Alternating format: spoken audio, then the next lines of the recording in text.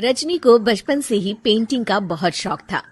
वो हमेशा से ही पेंटर बनना चाहती थी, पर उसके माँ और पिताजी ने उसको कभी भी इस चीज के लिए सपोर्ट नहीं किया और उसकी शादी नीरव से हो गई। नीरव रजनी को बहुत प्यार करता था, पर रजनी हमेशा चुपचाप ही रहती। वो इस शादी से खुश नहीं थी। वो ये शादी नहीं करना चाहती थी। उसे तो हमेशा से पेंटर जो बनना था।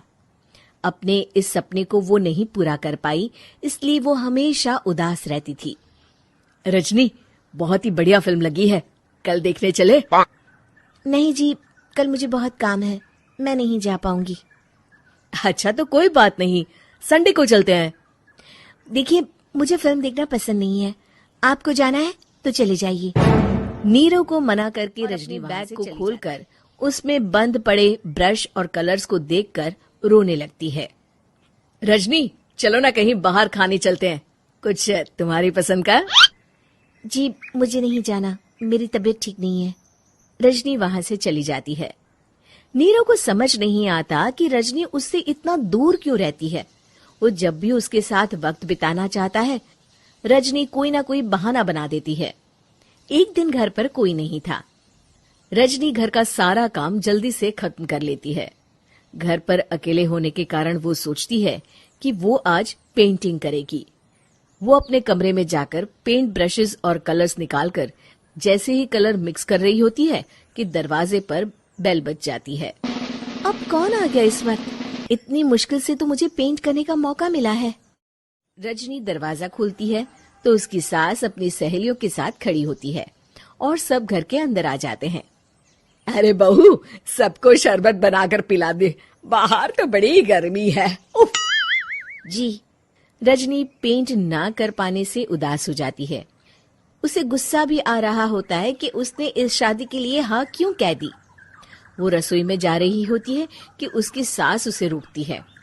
बहू, सबके खाने का भी इंतजाम कर लेना, आज का लंच तो ये सब यहीं करेगी। हाँ। रजनी बिना कुछ कहे रसोई में चली जाती है।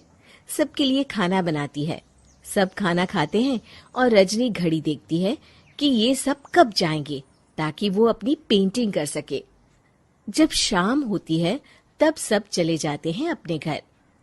अरे बहू, सब तेरे खाने की तो बहुत तारीफ कर रहे थे, सबको बहुत अच्छा लगा खाना। आपको मुझे सुबह बताना चाहिए था ना कि आपकी सहेलियां आ रही हैं। पता भी है कितना वक्त लगा सारा खाना बनाने में। अरे बहू, तू ऐसे कैसे बात कर रही है मुझसे?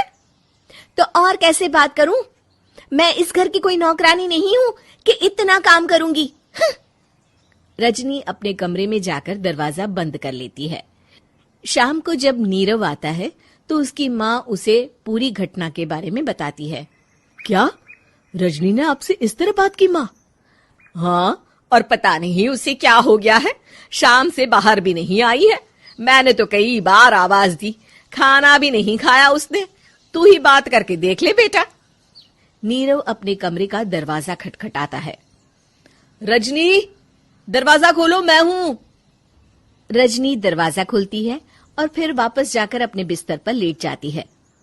रजनी, माँ से बात करने का ये क्या तरीका है? मैंने कोई गलत बात नहीं की है।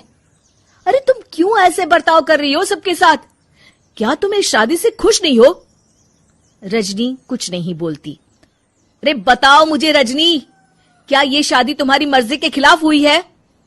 हाँ, मैं ये शादी कभी नहीं करना चाहती थी। तुमसे क्या, मैं किसी से भी शादी नहीं करना चाहती थी। रजनी रोने लगती है। चुप हो जाओ रजनी, बताओ मुझे, तुम क्यों नहीं करना चाहती थी शादी? रजनी बेड के नीचे से अपने पेंटिंग्स, कलर्स, ब्रश, पेपर्स निकालती है। इतने में उसकी सास भी कमरे में आ जाती है। ये देख रहे हो, ये थे मेरे सपने। मैं पेंटर बनना चाहती थी, पर माँ पापा ने कभी सपोर्ट नहीं किया और मेरी शादी करवा दी। मेरे सारे सपने टूट गए। हर वक्त बस गुस्सा आता रहता है मुझे। मैं जानती हूँ कि आप लोगों की इसमें कोई गलती नहीं है, पर मैं क्या करूँ, मुझे समझ में नहीं आता।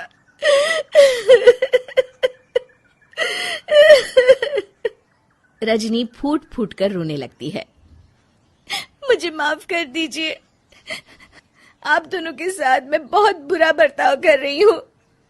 अरे रजनी बेटा, चुप हो जाओ तुम। नीरव पानी लेकर आता है। ये लो पानी पियो और शांत हो जाओ। रजनी पानी पीती है और उसकी सास पेंटिंग्स देख रही होती है। अरे नीरव, हमें तो पता ही नहीं था कि हमारी बहू कलाकार है। अरे कितनी अच्छी पेंटिंग्स बनाई है, देखो तो। ये वाली तो मैं अपने कमरे में ले जाऊंगी। आपको ये पेंटिंग्स अच्छी लगी? अच्छी नहीं, बहुत अच्छी लगी। और तुमने हमें बताया क्यों नहीं? तुम जब चाहे पेंटिंग कर सकती हो रजनी। हम तुम्हारे सपनों को पूरा करने में तुम्हारा पूरा साथ देंगे। हाँ बेटा, हम कला की कद्र करते हैं। हम कलाकार तो नहीं, पर मुझे गर्व है कि मेरी बहू एक कलाकार है। रजनी, नीरव और सास तीनों हंस पड़ते हैं।